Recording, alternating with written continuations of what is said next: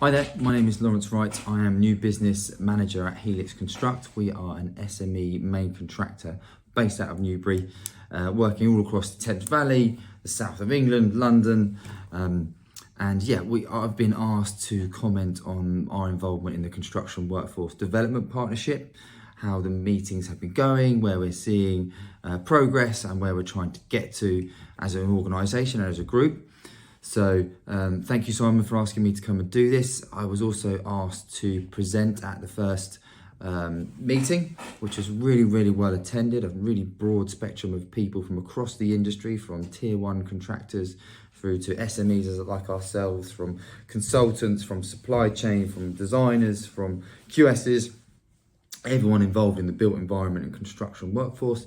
Also really interesting was a whole bunch of local Thames Valley education providers, and it's the first time I'd started to put together the pieces of the conveyor belt, that the new workforce obviously starts out in education, and then there's that blended handover from education part into work, starting on site and then managing out your career. So I was really interested in seeing and understanding that process and putting the whole thing together, which was good. We spoke at length about some of the challenges facing our industry, particularly around the workforce, and now that construction it appears to be less popular than it ever was. Growing up for me, construction was a fantastic career that everyone wanted to be in. You knew you were going to get a great job with great prospects, and we just don't seem to be getting that traction with school leavers now. So that's a big problem for our industry, only exacerbated by global situations around Brexit and COVID and the war in Ukraine and general economic and political positions. So understanding where our future workforce is coming from is a really significant and important topic that I believe the Construction Workforce Development Partnership can play a pretty significant role in trying to improve, particularly when you consider all of the key players in the room along that conveyor belt, as I just mentioned. We had a fantastic presentation by a lady called Liz from the CIOB.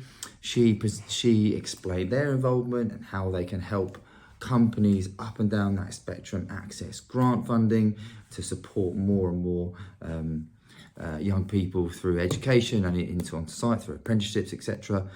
Speaking personally from Helix, we discovered during that process that we were owed some money from the government, which was absolutely fantastic, straight onto the bottom line. So that was really beneficial for us, and I think likewise from the other employers within the room. We're also going to get Liz and the CIOB back to our sort of supply chain day to get her to speak to our next tier down of our supply chain, because they employ lots and lots of apprenticeships, and not sure we've all understood and grasped the opportunities that for support from the government. So that was a fantastic connection made during that process. And for me, the connections that are being made through the workforce program is the key to it. That's really ultimately what we're all there for. We did map roles between the group. We started to set up a directory. We've had lots of touch points. Myself personally have had touch points with various people since that meeting, and ultimately the big sort of goal that we set ourselves was to inspire and inform more people about the built environment and careers in the built environment. And that's a challenge that I personally have always championed, and I will always champion construction. I think it's a fantastic industry to be a part of. I think it's got a career for everyone and anyone. And how do we get that message out there? So we have, post the meeting, we have set up various different touch points. So gone in to see some schools, and some of the education providers in the room have invited us in to give conversations, have topics and chats with students.